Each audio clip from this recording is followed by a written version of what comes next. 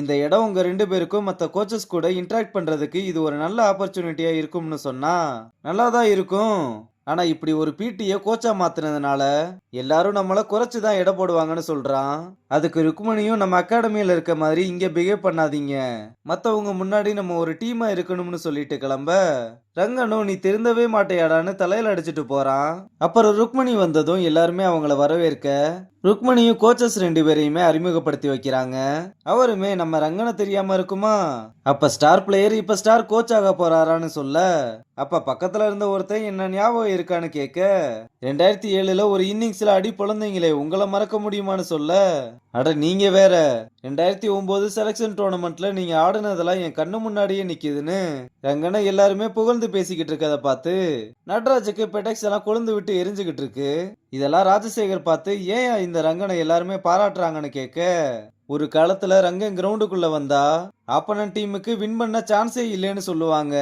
இப்ப அவன் கோச்சா வேற ஆயிட்டதுனால இந்த தடவை அவங்க கம்பேக் கொடுக்க நிறைய சான்ஸ் இருக்குன்னு சொல்ல, இத கேட்டு ராஜசேகர் செம்ம காண்டாகிட்டு அத வெளியே காட்டிக்காம ருக்மணி கிட்ட வந்து, என்ன மேம் எம்என்சிஏவை காப்பாத்த துளசி ரங்கன்னு ஓல்டு ஸ்டூடெண்ட்ஸ் எல்லாம் கூட்டம் சேர்க்கறீங்க போலன்னு கேட்க, அகாடமியை விட்டு வெளியே அனுப்பினவங்கள தோக்கடிக்க ஸ்டார் பிளேயர்ஸ் எல்லாம் நான் யூஸ் பண்றது இல்லைன்னு சொன்னதும், என் அகாடமி கிட்ட தோக்குறதுக்கு கூட உங்களால டீசென்டான ஸ்கோர் அடிக்க முடியுதான்னு பாருங்கன்னு சொல்றான். ரங்கனும் இந்த ஓவர் கான்பிடன்ஸ் எல்லாம் இந்த வருஷம் தான் கடைசியா இருக்கும்னு நினைக்கிறேன், தோக்குறதுக்கு எதுக்கும் ரெடியா இருங்கன்னு சொல்ல, அத மேட்ச்ல பார்க்கலாம்னு சொல்லிட்டு போறான்.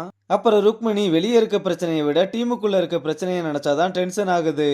நீ மட்டும் இல்லனா இது எப்படி போயிருக்கும்னு யோசிச்சு கூட பார்க்க முடியலன்னு சொல்ல, நீங்க ஃபர்ஸ்ட் நல்லா ரெஸ்ட் எடுங்க, எல்லாமே நல்லா தான் போகும்னு சொல்றான். மறுநாள் நடராஜன் பசங்க கிட்ட, ஆங்கர் அகாடமி கூட ஜெயிக்கிறீங்களோ தோக்குறீங்களோ எனக்கு தெரியாது, ஆனா டீசென்டான ஸ்கோர் எனக்கு வேணும்னு மேட்சஸோட ஆர்டர் சொல்லி, மேட்சஸ் ஈஸி இல்லைனாலும் மேனேஜ் பண்ணிடலாம், இனிமேல் தான் நம்ம ரொம்ப ஹார்ட் ஒர்க் பண்ணணும்னு குட் லக் சொல்லிட்டு போறான். அங்க கட் பண்ணா கேர்ள்ஸ் எல்லாம் ரங்கங்கிட்ட, இந்த தடவை நமக்கு சான்ஸ் இருக்குமா? நம்ம குவாலிஃபயர்ஸுக்கு போன ரெக்கார்ட்ஸே இல்லைன்னு குவாலிஃபயர் ஆயிருவோமா மாட்டோமான்னு ரொம்ப குழப்பத்துல இருக்க, நீங்க கேக்குறத பார்த்தா நம்ம ஜெயிக்க வேண்டிய மேட்சஸ் கூட தோத்து தான் போவோம், கான்பிடென்ட்டோட விளையாடுங்க, கண்டிப்பா நம்ம தான் ஜெயிப்போம்னு சொல்லிட்டு ஃபர்ஸ்ட் மேட்ச் நமக்கு நெல்லை கூட தான் ஆரம்பிக்குது. அவங்க எப்படியும் அக்ரெசிவா தான் ஆடுவாங்க, அதனால பவுலிங் போடும்போது ஸ்டெம்புக்கே போடுங்க, பேட்டிங்கை பொறுத்தவரை மெரிட் த பால்ஸ் ஆடுங்க, அவ்வளவுதானு மேட்சஸோட ஆர்டர் சொல்லிக்கிட்டு இருக்கான். இங்க பாண்டா மணி டல்லா இருக்கத பார்த்துட்டு என்னாச்சுன்னு கேட்க, பயமா இருக்குடான்னு சொன்னதும், எது இந்த டோர்னமெண்ட்டை நினைச்சு பயப்படுறியான்னு கேட்டா, ஆமாடா இந்த ரிஷி ஒழுங்கா ஆடுவானா மாட்டானா, மாத்தையன் உள்ள வருவாரா மாட்டாரான்னு இது ஒரு பக்கம் இருந்தாலும், தங்கத்தோட அம்மா அப்பா அவ விளையாடுறத இப்பதான் ஃபர்ஸ்ட் டைம் பார்க்க போறாங்க, அவளும் நல்லா விளையாடணும்னு சொல்ல, அது சரி இந்த டோர்னமெண்ட்ல நீயும் நல்லா விளையாடணும், நீயும் டீம்ல இருக்கேன்றத மறந்துடாதன்னு சொல்றான்.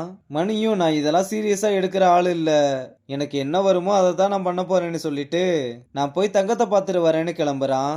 இங்க தங்கம் டோர்னமெண்ட்டுக்காக தீவிரமா நோட்ஸ் எல்லாம் எடுத்துக்கிட்டு இருக்கதா மணி வந்து பார்த்து, அதை புடுங்கி நீ என்ன எக்ஸாமுக்கு ப்ரிப்பேர் பண்ற மாதிரி பண்ணிக்கிட்டு இருக்க, நம்மளே ஃபர்ஸ்ட் டைம் அகாடமியை விட்டு வெளியே போக போறோம், புது பசங்க புது பொண்ணுங்கன்னு எவ்வளவு ஜாலியா இருக்கும்னு சொல்ல, உனக்கு என்னப்பா எந்த பயமும் இல்ல, எனக்கு அப்படியா எங்க அம்மா அப்பா வேற வந்து பார்க்க போறாங்கன்னு சொல்றா. அப்ப தியோவும் வந்து, இப்படி தாண்டா நோட்ஸ் எடுக்கிறேன்னு என்ன நைட்டு ஃபுல்லா தூங்க விடலைன்னு சொன்னதும், ஏன் தங்கம் உனக்கு டவுட் கேட்கறதுக்கு வேற நல்ல பிளேயரே கிடைக்கலையான்னு கலாய்க்கிறான். அப்புறம் எல்லாருமே டோர்னமெண்ட்டுக்கு கிளம்பி போகும்போது பத்மா மட்டும் கிளம்பாம மொபைலை நோண்டிக்கிட்டு இருக்க, நீ இப்ப கூட உன்னோட முடிவை மாத்திக்கலாம், உனக்கு நிஜமாவே விளையாட பிடிக்கலையான்னு கேட்டதும், நான் ஆல்ரெடி சொன்னதுதான், என்னோட ஓப்பனிங் ஸ்பாட் எனக்கு கிடைச்சா மட்டும்தான் நான் விளையாடுவேன், ஒரு சீனியர் பிளேயர் இல்லாம மேட்ச்ல திணற போறீங்க, அது அந்த ரங்கனுக்கும் தெரியட்டும்னு சொல்றா.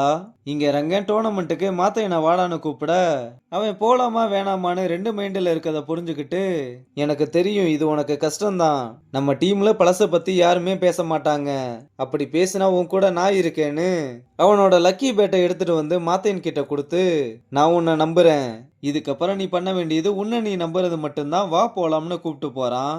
இங்க வீரா டோர்னமெண்ட்டுக்கு வந்த பொண்ணுங்கள் எல்லாம் சைட்டை போட்டுக்கிட்டு இருந்தா, இந்த பக்கம் பாண்டா இங்க ஃபுட் எல்லாம் வெரைட்டி வெரைட்டியா இருக்கும்லன்னு சொல்லிக்கிட்டு இருக்கான். ஆனா அதுல மணி மட்டும்தான் மாத்தையன் ரங்கனை கூப்பிட்டு வருவாரா மாட்டாரான்னு எதிர்பார்த்துக்கிட்டு இருக்கான். அப்ப மாத்தையன் வரத பார்த்ததுமே மணி வேகமா ஓடி போய் அவனை கட்டி பிடிச்சு வரவேற்க, நம்ம பசங்க எல்லாரும் சேர்ந்து வெல்கம் பண்ணா, நடராஜன் மட்டும் இது என்ன என்ன உங்க அப்பங்கிட்ட அகாடமியா? உன் இஷ்டத்துக்கு வர்ற, பிராக்டிஸுக்கு வர மாட்ட, டீம் மீட்டிங்க்கு வர மாட்ட, ஃபோன் பண்ணா எடுக்கவும் மாட்ட. ஆனா டோர்னமெண்ட்டுக்கு மட்டும் ராஜா மாதிரி வந்து இறங்குவீங்க. உன் பர்சனல் லைஃப்ல என்ன மயிறு பிரச்சனைனாலும் இருக்கட்டும், டீமை இப்படி அம்போன்னு விட்டுட்டு போறவனுக்கெல்லாம் கேப்டனா இருக்கவே தகுதி இல்லைன்னு அவனோட கேப்டன்சியை பறிக்க நம்ம பசங்க எவ்வளவு சொன்னாலும் கேட்காம வேலுவை கேப்டன் ஆக்கிட்டு நீ எப்படி ஆடுறேன்னு நானும் பாக்குறேன்னு சொல்லிட்டு கிளம்புறதோட இந்த எபிசோட முடிச்சிருக்காங்க.